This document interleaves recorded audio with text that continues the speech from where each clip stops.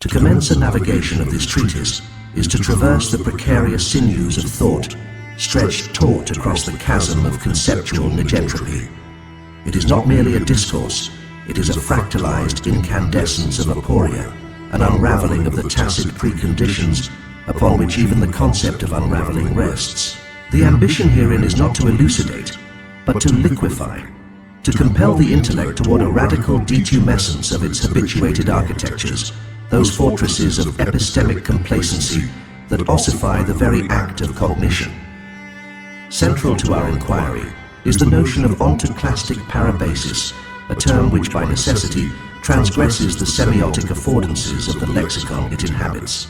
If ontology is the discourse of being, then the clastic, the rupturing, the splintering, the centrifugal, is its unsung antagonist, a viral parasitic counterpoint that undoes the coherence of being even as it instantiates its possibility. Parabasis, in its ancient dramaturgical origins, denotes a moment of rupture, a break in narrative continuity, wherein the chorus directly addresses the audience. It is therefore a space of unmasking, but one that does not simply reveal. It destabilizes the very framework that renders revelation intelligible. Together, these terms delineate a philosophical operation that exceeds their sum. An onto-clastic parabasis fractures being while simultaneously foregrounding the metacritical conditions of its own rupture. Let us now articulate the first premise. Phenomenality itself is the aperture through which the precessional non-situ manifests. This proposition requires dismantling the naive presupposition that phenomena emerge to a perceiver as individuated and discrete. Instead, phenomena are apertures, not unlike punctures in the veil of an ever-withdrawing immanence. But the aperture is not empty. It is a proliferative void, a surging liminality that resists appropriation into either substance or absence. To perceive is not to grasp the phenomenal, but to be punctured by it, to undergo an irreversible dispossession of the very subjectivity that purports to apprehend. This dispossession leads to the second premise.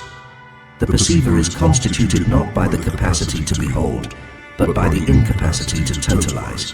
Conventional epistemologies err in positing the perceiver as an agent of unity, as though perception were an act of assembling fragments into coherence. To the contrary, the perceiver is a zone of perforation, a catastrophic non-origin where the fragment endlessly fragments itself. It is not the eye that sees, it is the fissure that opens in the act of seeing, a fissure that devours the eye even as it gazes outward. We now encounter the first and most significant aporia, the precessional non-situ. To speak of precession is to evoke a motion that precedes its own point of origin, a choreography that inscribes itself retroactively in the space it animates. The non-situ, in contrast, is the unplaceable locus of this precession, the where that is everywhere and nowhere, a metastable horizon that collapses the spatial and the atopic into mutual implosion. The precessional non-situ is thus the anarchic telos of all being, a goal that negates the very idea of goal-directedness. At this juncture, let us invoke the hypothetical construct of phenomenal apertures as fractalized non-origins. An aperture does not delineate a threshold between interiority and exteriority.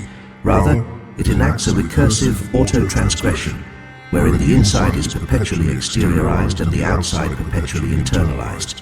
The aperture, then, is not a thing but a motion, a ceaseless folding that annihilates the distinction between the fold and that which is folded. This brings us to the praxis of Aporetic Immanence, a mode of being that does not strive for resolution, but luxuriates in the inexhaustible fecundity of its own irresolution. To dwell aporetically is to inhabit the non-situ as a becoming that neither arrives nor departs, but endlessly proliferates its own self-effacing excess. Immanence, under this rubric, is not the saturation of being, but its perpetual dislocation, an ever-expanding field of dispersal, where every point of presence gives way to its own impossibility. What follows from this is a devastating critique of the metaphysics of presence. Presence, as traditionally conceived, presumes a grounding, a foundation, an ontological presentness that secures the intelligibility of all subsequent structures. The Precessional Non-situ obliterates this presumption by demonstrating that presence is always already fissured, always already eroded by the very apertures that sustain it. In this sense, presence is not the bedrock of being, but its most fragile artifice, a tremulous veneer stretched thin over an abyssal field of onto-clastic forces. Here we encounter the final and most provocative premise: to think is to be unmade. Philosophy, when practiced authentically, is not an accretion of knowledge, but an iterative dismantling of the knower. Each act of thought is an onto-clastic parabasis, a moment of rupture wherein the thinker is estranged from their own capacity to think. It is not a journey toward truth, but an unraveling of the conditions under which the very concept of truth becomes possible. In this sense, thought is not a tool. It is an affliction, a disorienting contagion that undermines the stability of its host. Yet, to embrace this affliction is to glimpse the catastrophic beauty of the phenomenal aperture. It is to stand at the precipice of the Precessional Non-situ and behold not a horizon, but the incandescent unhorizoning of all horizons. It is to inhabit the Aporetic Immanence that obliterates the distinction between inhabitant and habitation. And in this obliteration, one encounters, if such a term is even permissible, the unthinkable plenitude of the Onto-clastic Parabasis, a plenitude that devours itself even as it overflows.